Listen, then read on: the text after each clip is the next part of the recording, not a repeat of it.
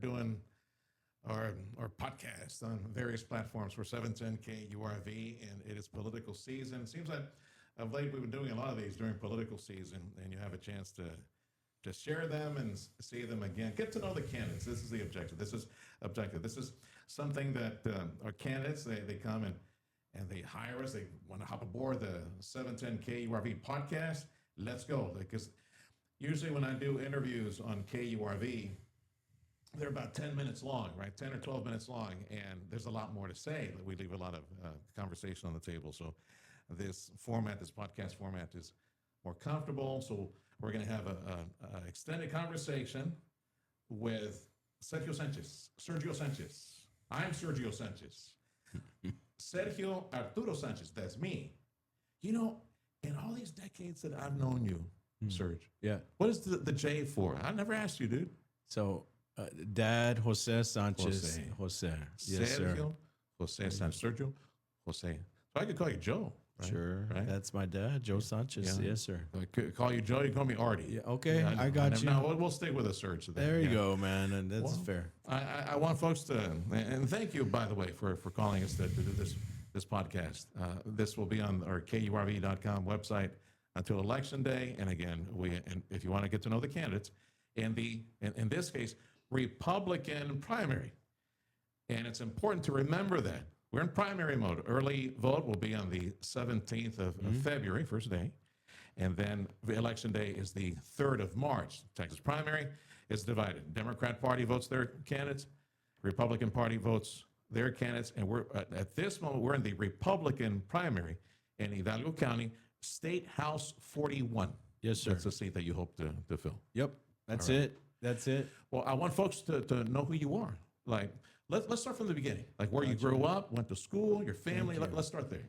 So let me. I'm thankful to have this more of a kind of a living room, kind of a discussion, more of a chat. I always appreciate the radio interviews, and it reminds me of Bill O'Reilly, and towards the end of his show back then when he was on Fox News, he would say, keep the comments pithy, and that was the term he used. And so you kind of have to calibrate yourself to your minutes that you get on the show. I like this more of an expanded format that you can open up a little more with the dialogue, and you get a little bit of more meat to the bone. And so I appreciate that. So thank you for having me, Serge. I jumped into the race. I'm a Valley kid, born in Edinburgh, at the old hospital. Born in Edinburgh. The one that isn't there anymore on It's right across the name Preston. of the street. Yeah, it's on Freddie Gonzalez. Yeah, right That's across- Freddie Gonzalez. Right across Just a from little Ebony. bit east of Klausner. Yes. Yeah, there we go. Yeah. So I born there, really, really close in the shadow of the Edinburgh Police Department, right across the street from the Ebony Golf Course. Born here, family on dad's side, we're from Mission. And, I was sharing with you earlier on mom's side, we're Willacy County, and we can trace the family there to 200 years now. We're at 200 years. We're from Willacy. Yeah. So, I mean, I'm from the area. Well, it's a lot of generations. So, and obviously went away for a little bit and studied and, the things in life that where life takes us, but got back as quickly as I could. Okay, so at some point, high school, like what'd you do when you were growing up? Like sports, music, what'd you do? I did that. I mean, I was a baseball player. I played football. I was a quarterback on the football team, and I pitched and on the baseball team, and lefty. I think that was kind of my thing. I was just left-handed. It just hits you different. So that was. Lived my dream as a kid. I love baseball. Astros all the way. Yes, Yeah, for sure. Yeah. Astros. Yeah. And I always wanted to be a pitcher. And yes, I'm left-handed as well. So you lived my dream. No growing up. kidding, man. I went the nerd route with the band. I was a band I kid. got you. So, that's it. No. So you did sports, high school. So at what point did you decide to do law? When you're going to go to college, like what'd you decide? I grew up with that. I think I have a position of advocacy, and mom cultured that over the years. And I mean, just to kind of jump into it right away, mom was alone, raising us, the kids, and I was the oldest son. I was the oldest. And I took on. You're gonna get some emotion immediately, but I mean, I took on that role. Which is okay, by the way. Thank you. They say low testosterone, the other hormone increase. So yeah, we get kind of emotional. That's fair. That's fair. I do as well. Yeah, and I don't shy away from it. But to speak up for mom, and to talk for mom, and she was alone raising us. How big was your brothers and sisters family? How big? Well, How many kids? it's the three of us, Okay. me and Rudy and Dee Dee, Okay. and I'm the oldest, and Dee Dee's in the middle. She's an architect in New York City, and Nice. Rudy's just the king of computers downtown Houston.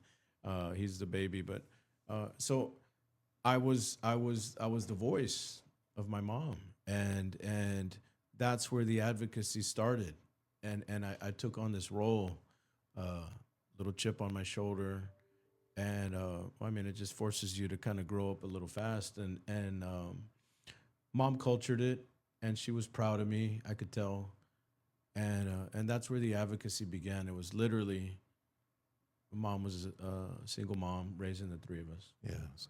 Sergio J. Sanchez is running for State House 41, Republican. I need to emphasize that. We're in primary season.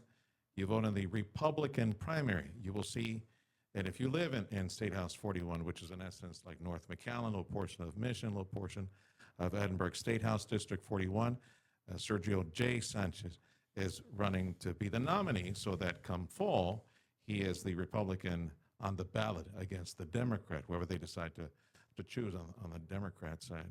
We're getting to know the candidate a little better, him growing up and advocacy, and of course, single mom, you got your brother, your sister, you're the oldest. Who was a mentor in your life, in high school or in college? Because at some point, you needed that direction, or did you have lawyers in your family already? So, I want to be like Theo or Primo or something like that. So the Theos for sure. And as I've gotten older, I recognize that they were filling in for a role, and Theos that were in business and Theos that were farmers, and they would step up where there was other areas that were lacking in my life. And so at the time, I didn't really realize it. I just thought, hey, this is a cool uncle, or this uncle pulled me aside, or hey, I'm out here in Hargill, right on the edge of Hidalgo County, Willacy County, on the farm, and here we are in a tractor, and I'm going to spend. But it was to help mom, out, and she needed the help, and her brothers really stood up, and it's a huge part of my life. It is, and it's I stand on the shoulders of those giants. Mom still with us? Yep, Okay. she is. She's here. So she worked in Houston a lot of years. Life forced certain things on her, and she moved on to Houston, and we spent some years in Katy, and mom stayed behind, and so she was in Houston for 40 years. She's back. She's here.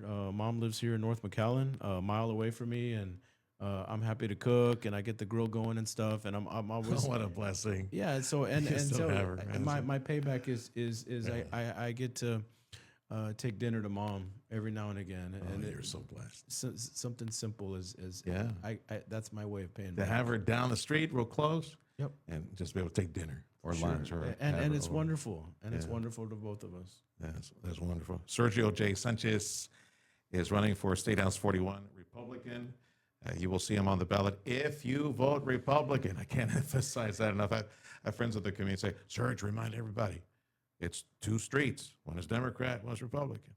And because sometimes people make the mistake, they go straight to one end and say, oh, hey, where's the candidate? Yeah, that's why. Republican Sergio J. Sanchez. He's running for the nomination, running for State House 41, and we're getting to know him in this 710K URV Pulse of the 956 broadcast, which we'll get a chance to repeat and put on YouTube and on X and put it on LinkedIn. I think we're going to do that later on as well. Okay, so we're up to college years now. Did you major in something that would take you towards law, or is it something else that you majored in? It was different. It was different. I always knew I wanted to go to law school. Mom and I talked about this, and so then it turned into okay, here I am at undergrad, and study what you love. Study what you love. For me, that was science. That was biology. So I was a biology major here at Pan Am, Okay. UT Pan American. Now Did you excel? Did you do good in that I year? did well. Yeah. Yeah, for sure. I did well. Dean's List and all of that stuff within my major. I did really well with biology. I loved it. I really loved it. It was not going to get me to medical school because I had intentions of doing other things. And so I studied what I loved, and I was into the nerdy world of plants and insects, aquatic entomology, Okay. and fish. And we were down to the island, and I was knee deep in marshes here at Moorfield Air Force Base. I recall those days. Yeah, really in the weeds of plants, bugs, and fish, and obviously you get into anatomy and other things and the microbiology and all of this stuff, and then we studied evolution. But I loved it. I Yeah. loved it. Well, you could have easily been advocating for dolphins and cow chiggers, but now you're advocating Yeah. fighting crime. Well, but I'll share this.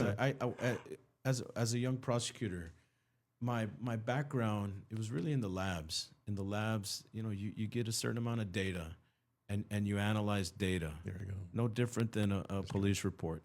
And you come up with a conclusion. And so there are the hypotheses, and so you come up with, you follow a case no differently than you follow lab results. Yeah. And so there was a good connection, and it was good training. It was really good training. I think it made me a better prosecutor. You know, that scientific method, yeah, you take that template, apply it to a Sure. case that you're building, especially as a prosecutor, I mentioned. So, okay, so take me, where did you go to law school? And initially your career, how did it begin, like in law? Texas Southern University, Houston. There's 3 law schools in Houston: University of Houston, South Texas College. I went to Texas Southern University, HBCU, historically black college. They took a chance on me. This was a time, the case back then was Hopkins, and this was a Supreme Court case, University of Texas. And this had to do with race. Can it be used as as something that might get you into law school? And so I was caught right in this area, and I didn't have a lot of opportunities going in after Hopkins. And Texas Southern University took a chance on me, and it changed my life. And I made the best of it. I mean, I excelled in school. Take the bar, you pass the bar the first time, and they changed the direction of my life. So I'll always appreciate that I've attended a historically black college, and it's something I take a lot of pride in, Serge. It really is. And so you hear these discussions on funding for the HBCUs and all of these things, and people don't realize that HBCU, but for the Latino legal community, go hand in hand, because they've launched a lot of families and lawyers, and it's something that I take a lot of pride in. I graduated. It was the University of Miami, was I think #1, or UT Pan Am for undergrad for Latinos, for launching Latinos of degrees. So I think we were 2 at the time when that was the spring of '96. The HBCU that I went to, Texas Southern, was #1 at producing Latino law degrees. Okay. So I was #2 in the nation undergrad for Latino university, and #1 in the nation for Latino law school. I take a lot of pride in that. I do. Your first gig, your first job as an attorney. So interning, Harris County District Attorney's Office. Oh, Yeah, they're downtown Wow. Houston. Yeah, what a Yeah. baptism by fire, man! You went into the big pool. You went to the deep end of the pool in Harris County. I'm sure Wow. I'm sure the number's bigger now, but they had 400 prosecutors back then. Other than Cook County, which is Chicago, Yeah. Cook County, Harris County was #2 in the nation for the number of prosecutors at that office. It was huge.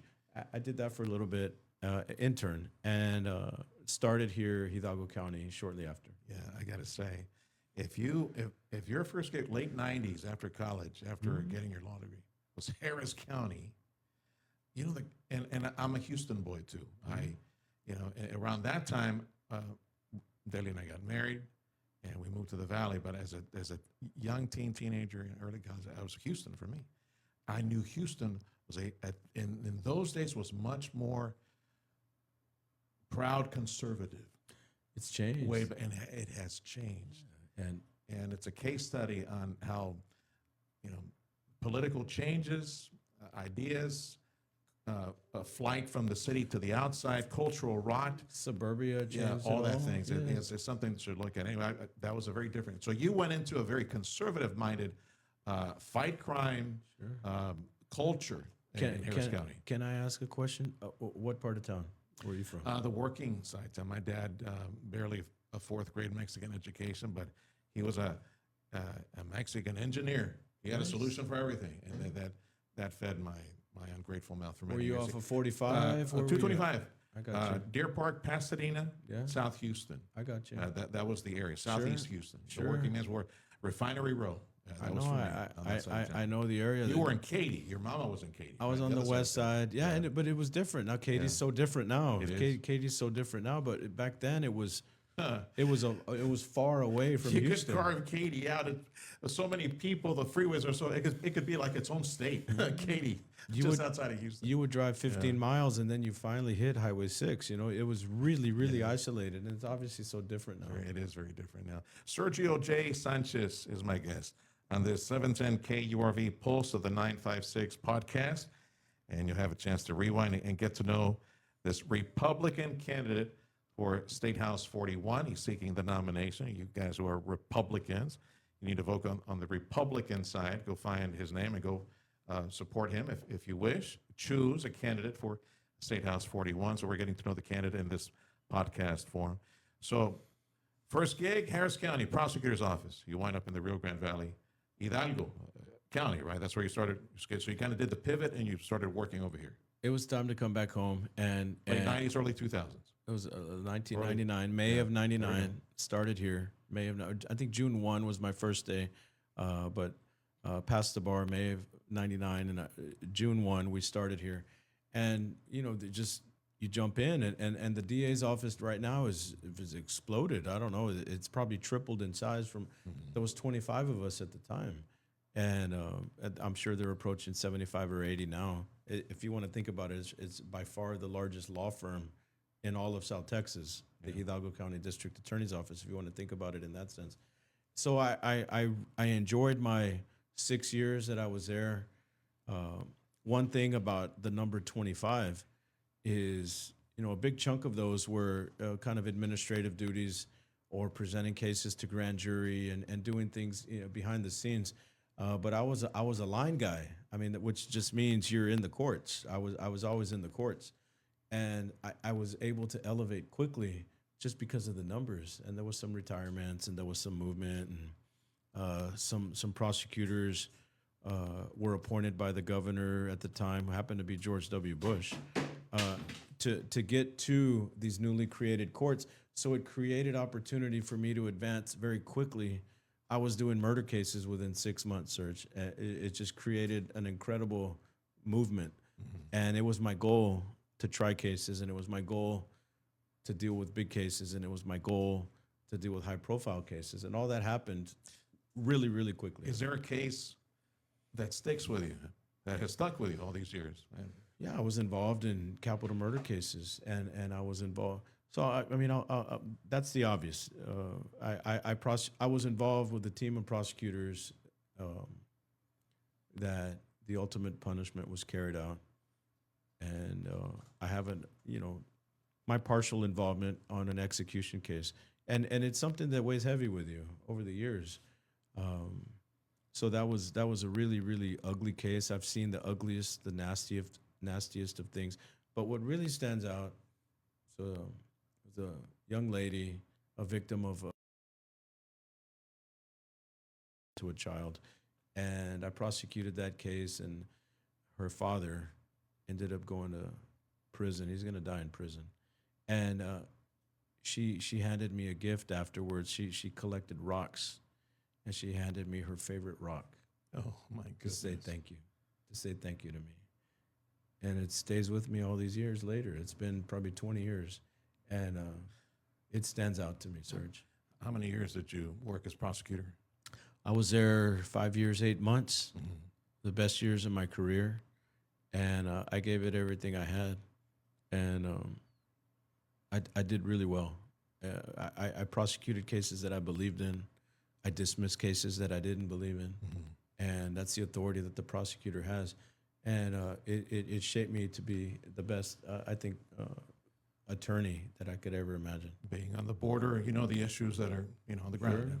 Illegal immigration, drug smuggling, cartels, gangs, all that stuff. Your exposure as a prosecutor through the years, I'm sure you saw plenty of traffic related. For to sure. that. And I'd sit across the table and I'd shake the guy's hand. Hey, man, I'm going to try to send you to prison for life. I got a job to do. We're going to sit next to each other for these next couple of weeks, and we'd be in front of a jury. And that's just part of the business. And it's not unique to me. There's men and women right now doing it as we speak. So, yes, I sat across the cartel guy. Yes, I sat across the worst prison gang guys. I would deal with this. And you doing your job. You're just doing your job. And it made me comfortable in difficult situations. It made me comfortable with cameras in front of me. It made me comfortable to just present the truth and to expose the truth. And there's a lot of translation from that experience to my first ever dipping my toe into politics. It makes me comfortable to do these things that I'm doing, and I can make a connection. And it gives me a good foundation, Serge. Your roots in baseball.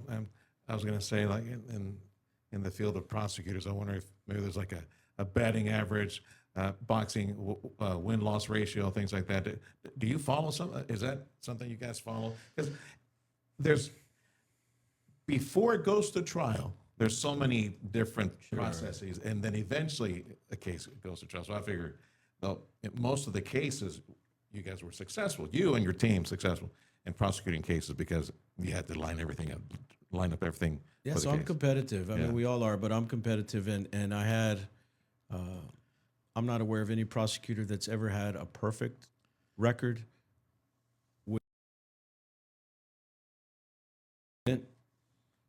But I was nearly perfect, and it's something I took a lot of pride in.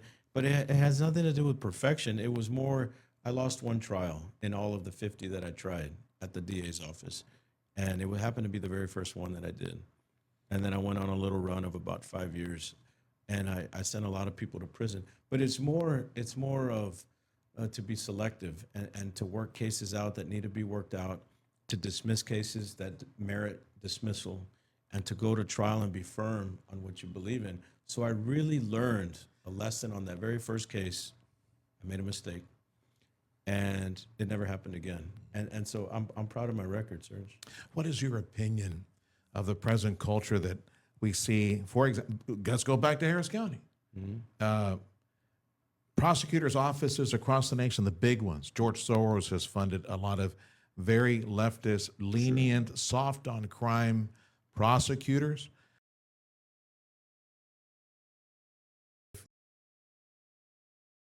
The deepest reaches of Hades. This mindset, voters are very upset and impatient. They didn't know who they voted for, and they sent very soft on crime DAs that were very well funded by leftists and Marxists like George Soros. So I want to get your opinion on this turnstile mentality, this social justice mindset that has infested prosecutors' offices in big cities and is worming away at the American culture and prosecution. For sure. I was in Houston. My son plays college football at Texas Southern University, where I went to law school. He's a field goal kicker there. Incredible Division I athlete. So I was at one of his games, and I was speaking to one of the Houston police officers that was working security there downtown Houston, where the Tigers play. And he mentioned, I said, hey man, what's it like with the DWIs? You know, I'm in Hidalgo County. I used to be here, and now I'm down there. And he's like, they get rejected. They get rejected. We'll make an arrest for DWI, and we'll get them to the county jail, and they get turned away. They say the guy's got high blood pressure. They say the guy, we don't believe in these facts. We believe it was a bad stop. They say They say these things, the case gets rejected at the inception, what you're getting at, and that's just a DWI. And he goes, it's just gotten to the point where it's a waste of time. It's a waste of time because we can't even get him through the county jail. So the case stops before it even starts, and it's a huge thing. So portray that forward to burglary of habitation, portray that forward to indecency with a child, or anything of violence, much less somebody that may have an immigration detainer. So to speak to George Soros, this speaks to the heart of what Governor Abbott is describing as these elected district attorneys need some oversight. And I agree with it. I agree. We don't have that problem here in Hidalgo County. It's not an issue. It's not an issue here. But there are metro areas in the state that there does need to be some oversight, because you can have a situation of a runaway district attorney and it affects safety for the community. And I've seen it. I'm giving an example of just a DWI. Extrapolate that forward to everything else. It's a problem. Yeah, and there's another movement. This goes back probably about already time passed about 15 years. The move toward getting rid of bond, cash bond. Sure. Like, pobrecitos, he doesn't have the $1,000 for DWI or beating up his wife or something like that. He's low income. Get him out. That's social justice. Well, you got to have some skin in the game. Yeah. If you do the crime, if you're going to do the time, or you're going to wait there, cool your heels in jail. At least you won't be out there, beating up people or driving drunk again. I don't understand where this comes. I hear it. They say, well, they're poor, they're low income. Say, well, con más razón. There's even better reason now to make sure that they understand there are consequences For sure. to behavior. Yeah, so you get to recidivism with this, and the repeat offense, and the repeat, and the repeat, and the guy that just gets out of TDC or out of the county jail. So the lesson learned on this is the path of least resistance. This guy that's going to get out, that just picked up a burglary or habitation or something violent with no bond. So in his mind, he's just going to think the next one would be the same. And so how often do you hear something horrible happened and he happened to be out on bond from something previous? I mean, you hear that so often. And it just creates a culture of this recidivism. Yeah. And it's a horrible problem. Yeah, you can just hear the victims down the road say, "Oh, gee, thanks, thanks a lot For sure. for letting them go." And things in general, they go the wrong way. Things go down. They spiral downhill. Things go down. Things don't get better. They get worse. So whatever this one crime was, the next one in general is just going to be slightly worse, and it spirals out of control. Republican Sergio J. Sanchez. He's running for nomination, Republican nomination. He's running for a State House District 41. That is a North McAllen area, and also a little bit of Mission and a little bit of Edinburgh. Again, you'll need to find his name on the Republican. Don't forget primary. the brothers and sisters in FAR. There's a there's little carve out.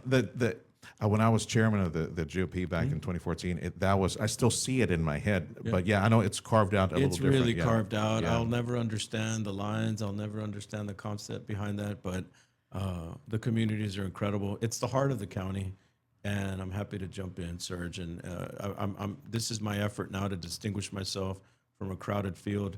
Forget the primary side. On all six, on Republicans or Democrats, it's time to distinguish yourself. It's consequential. It's important. There are huge issues at play. The life of the unborn child, our Second Amendment rights. I'm happy to speak to all these things. Obviously, property taxes is huge on everyone's mind. But as I've gone through this issue of life has really jumped out, and it's become a point of people of faith. And I want to make it clear that we'll never dial back, at least if I'm at the State House, I will never dial back our existing law. I have every intention of strengthening our existing law regarding the unborn child. I've had a few chances to ask on that. Faith, your faith, a part of your faith growing up now.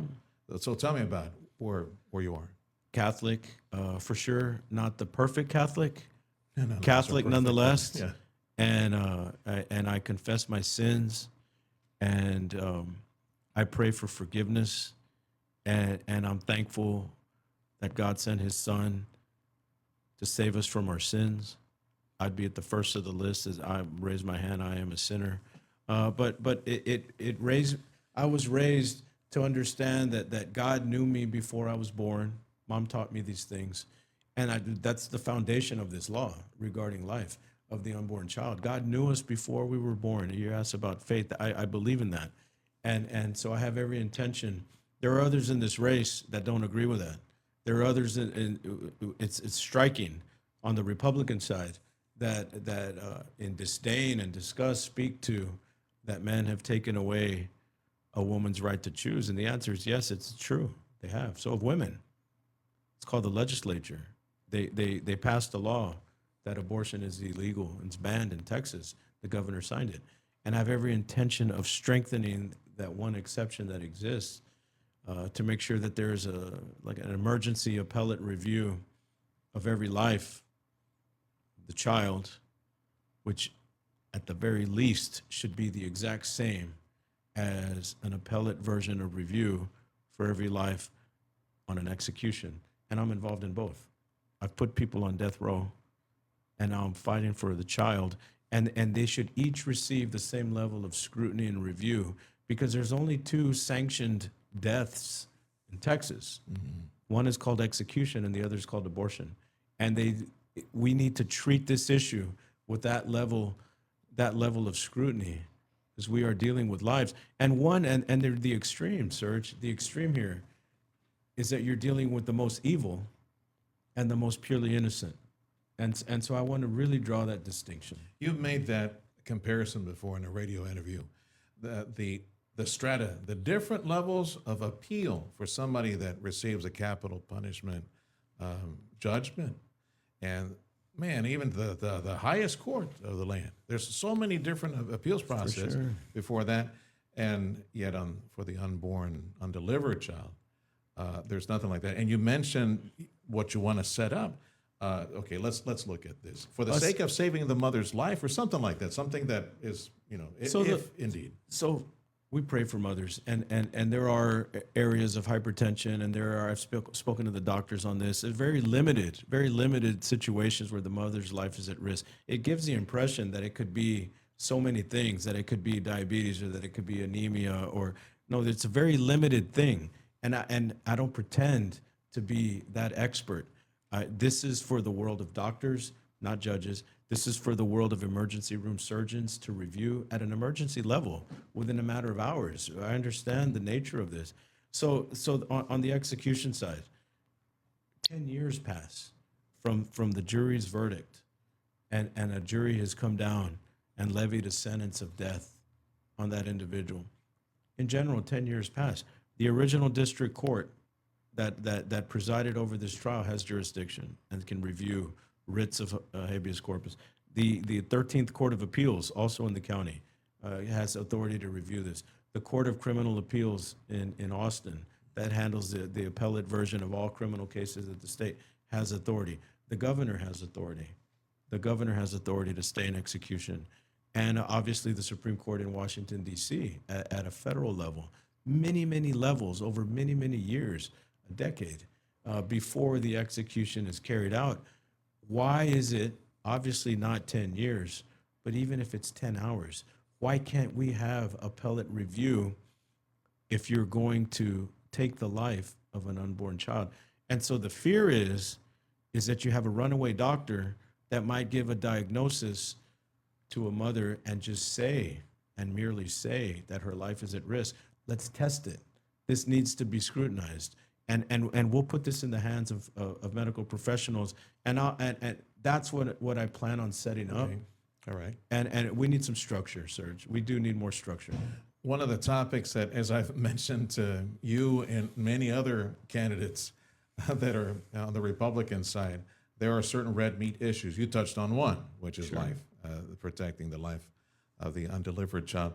The one that gets a lot of play is property taxes. Sure. And the present system that we have, the governor has a proposal. Okay, why do we need to do it yearly? Let's stretch it out. Why do we have to tax these people? The lieutenant governor has as well. So, from your perspective, let's say voters do send you up to Austin to become the state representative for 41. What do you want to do with property taxes?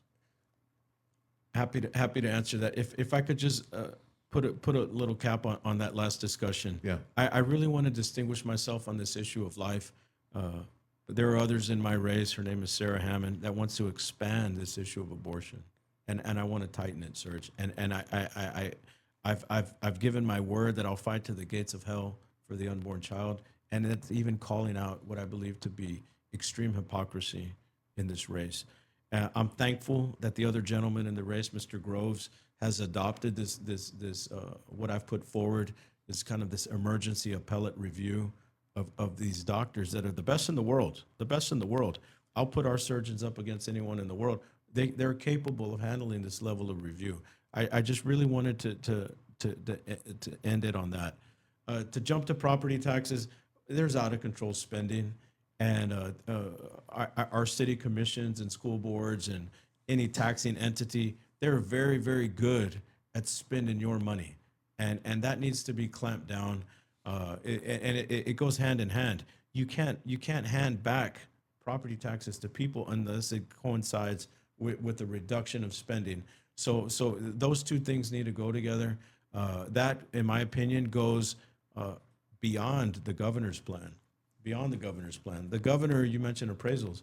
He wants to limit the appraisals to not once a year, but every 3 years. I would propose every 5.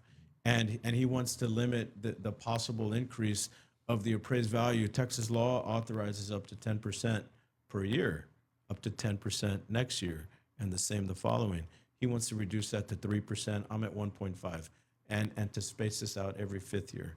So that's one. That's on the appraised value of the properties.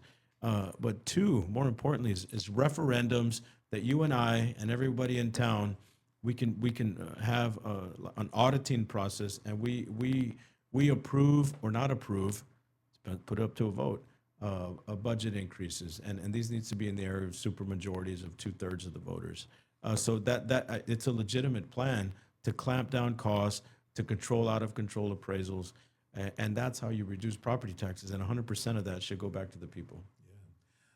If you listen to Talk Radio KURV, this is a subject that makes airwaves quite a bit. There's a former mayor of South Padre and business owner, hotelier. He's got a PAC and he's trying to inform on that same messaging. Try to find. Sure. It seems like it's a wave that's building now, going into the next legislature.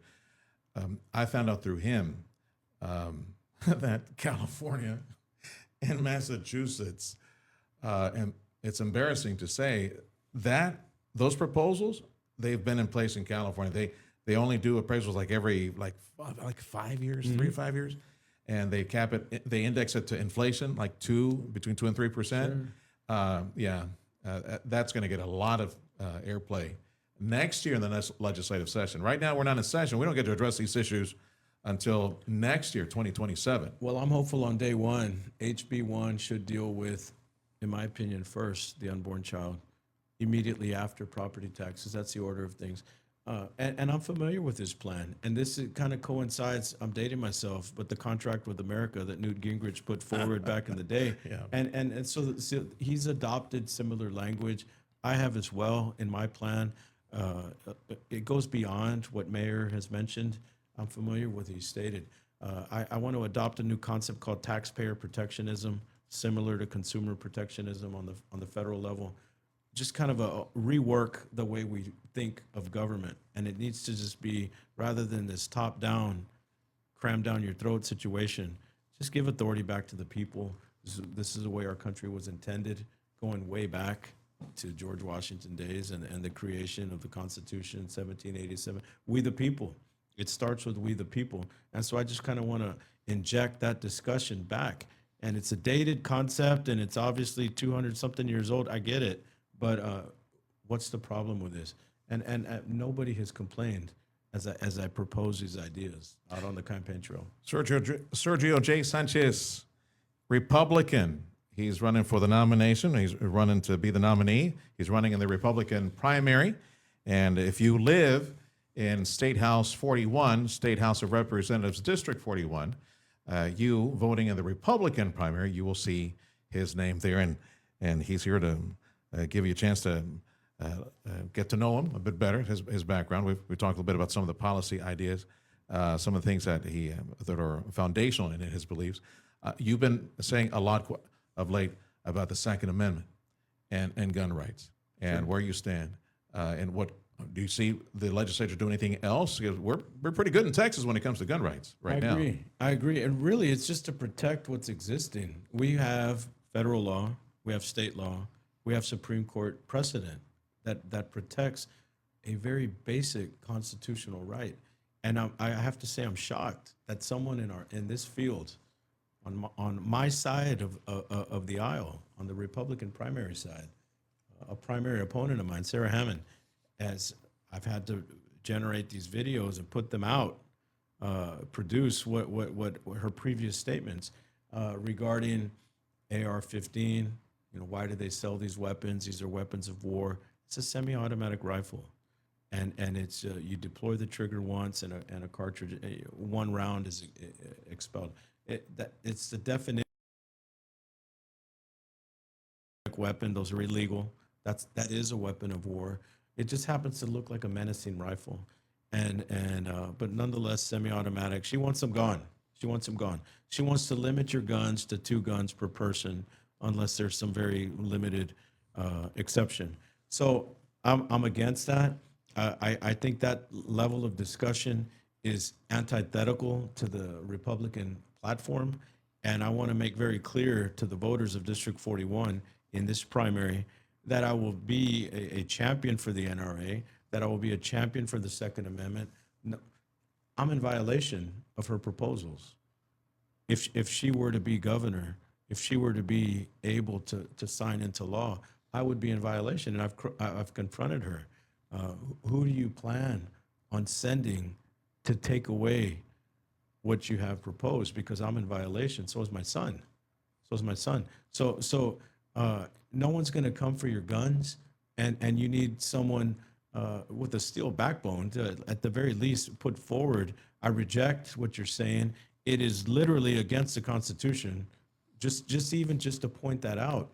And I've been broadsided. For bringing these things up on her position of abortion, on her position of guns. And I do so without apology, Serge. The culture war. Back in the 90s, when I guess you and I might be around the same age, of course. Well, back in the 90s, people would laugh at you on the left when you bring up concerns about, boys and girls sports, men and women's restrooms, and then women's sports and all that. Oh, that's never going to happen. And look where we are today, having to legislate protections and barriers for that. Anyway, I want to get your comments on the present state of the culture war. We saw it inching this way, and now it's a real fight. So a couple of things. I have 2 daughters, and they are in sports, and baby's just barely getting into it. But for sure, Sophia, and in middle school, and no, or in the restroom situation, and no, I mean, common sense issues, common sense. And the way my grandmother's raised me, common sense things. And boys need to be boys and play in their sports. Same for girls. And there's nothing wrong with that. Same for the Olympics. Same for any endeavor. And it's okay to say these things. And so I want to just say, Donald Trump, this shows his influence, that you can just kind of say, enough is enough. This is ridiculous. And he has, I believe, that the way he fought through, twice, the way he fought through, that we can just say, can we have some common sense? Can we be adults on these discussions? I reject all of the silliness. I just reject the shame factor, and I'm not going to be a phobic of anything. And so I'm thankful. I'm thankful to the president that I could speak like this with confidence. And yeah, it's just normal discussion. And the shame side of thing, I know leftists and progressives are very good at on kind of this shame factor, and it's okay to just reject it, Serge. And I'm happy to do it. And now you can do so with confidence. Thank God. This is the result, the consequence of a huge election. Had Kamala Harris won, or had Hillary Clinton won, where would we be?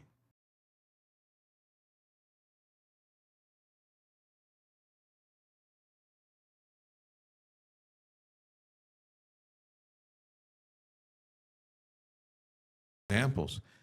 Everyone who, at one time, if you did not agree with the edict from the state, and COVID revealed a lot of this, the mandatory shots, the soldiers were kicked at one time. I really would like to point to the consequent, how important that those presidential elections were. We have receipts, we have examples.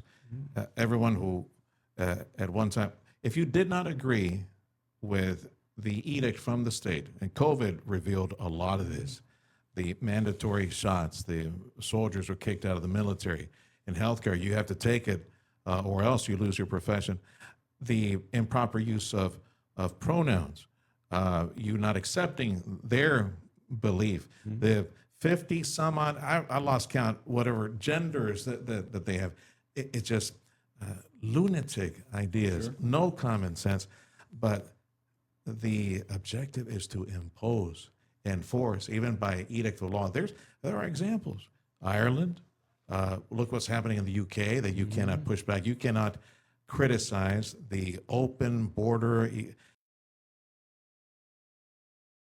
their rapes and crimes, or those, they'll put you in jail.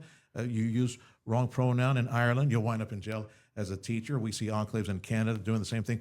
They're waiting on the sidelines. These radical leftists waiting. I'm convinced they're waiting on the sidelines for an opportunity to get power back, and with a vengeance impose everything from DEI to their use of pronouns, their ideas of we saw under the Biden administration, and it's coming. And if people don't vote, they don't pay attention. They're not. They don't police their vote properly. Yeah, it's coming back. And I see it. And so, if I'm blessed enough to get to the state house, that's not going to happen in Texas. That's not going to happen. And it's DEI and everybody has a right of their pronoun, but you don't have a right to my response. I have my choice, and I can recognize what I want to recognize or not, and I can respect a pronoun or not. And you're not going to tell me that you're a boy one day and a girl the next day, and you expect you're in the world of ridiculous, and so that's not going to happen in Texas. I don't think it's our culture. For sure, it's not the culture of District 41. There may be others in this race that disagree with me. I'm in the world of common sense. I am thankful for President Trump, but this gets to the point of how consequential these races are. They really are, because you can slip really quickly, and you end up like the UK. And if you post something, you may get arrested for a felony. Or if you call out, like I did recently, what I see is a disaster in Minnesota, and the clear corruption of the Somali community, that I might be bigoted for saying these things. I'm not. There's not a bone in my body that's bigoted. And I'm not going to be silenced on calling things out. I used to put people in prison for what there's happening in Minnesota. And so, yeah, it's a slippery slope, Serge. And you can just simply reject it, and you fall back on common sense and decency of the community. Yeah. I say on the radio all the time, you got to be vigilant.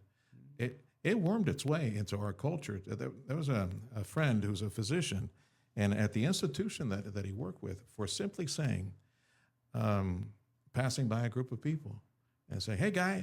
He got called in for training, re-education on assuming the gender. And that was halfway through the Biden administration, when all this craziness just whirling. We have plenty of examples of the left, when Twitter was on differently, deplatform, demonetizing, taking people down for expressing an opposing point of view, and bringing with them experts on whatever it was, science of genetics or blood or 'cause that was such a scary time during COVID. But you could not say anything against the state, and you got demonetized, deplatformed for something like that. Yeah, so I mean that is food on your table, and that's a family, and that's a salary, and so that can't happen. That cannot happen, and we're a capitalistic society, and people deserve to run their business and say and speak freely, and you cannot be shut down. And so obviously there's a new form of economy online and through these platforms, and you can't backdoor your way into DEI and silencing you to the level of where you're not going to be able to have income. That's never going to work in Texas, and I'll fight like hell to make sure I prevent it. There's so many other topics we could touch, but we'll save it for. I know you told me you're coming back probably pretty soon. Happy to, We got Serge. early votes coming up on the 17th of February. It's from where we are right now. That's not very far away, and the actual election day will be March 3rd. And there's so many other topics like. Well, we could speak There's to business expansion and franchise tax, and I'm happy to get into those levels of discussions. And term others. limits. For sure.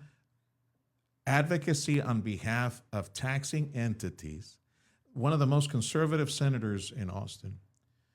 He's running for, I think he's AG, very successful senator out of Houston. The first piece of legislation that he always introduced without success in Austin was to limit the ability of, let's say, cities or counties or water districts or to hire consultants with our tax money to go to Austin to, in essence, fleece the taxpayer more or restrict the liberty of the taxpayer and the owner even more. It's like a taxing entity taking tax dollars, hiring the consultants to create more law and restrictions and regulations and taxation. It's incestual. That is incestual, and you're within yourself. And you're lobbying yourself. You're essentially and some of these lobbyists are the representatives and the senators themselves. Yeah, I know this to be true. Term limits, like I mentioned the other one, and let's close on franchise tax because it's kind of tied into the whole property tax. So that how do you explode the business? Texas is number one for a reason, but how do you make what's already good even better? So I adopt the governor's plan on this one issue, and right now, let's just say you're a business. A mom and pop business, and you bring in $1 million gross sales for your business. Well, the franchise tax, which is just merely a tax that the state imposes for the privilege of doing business in the state of Texas, it's waged against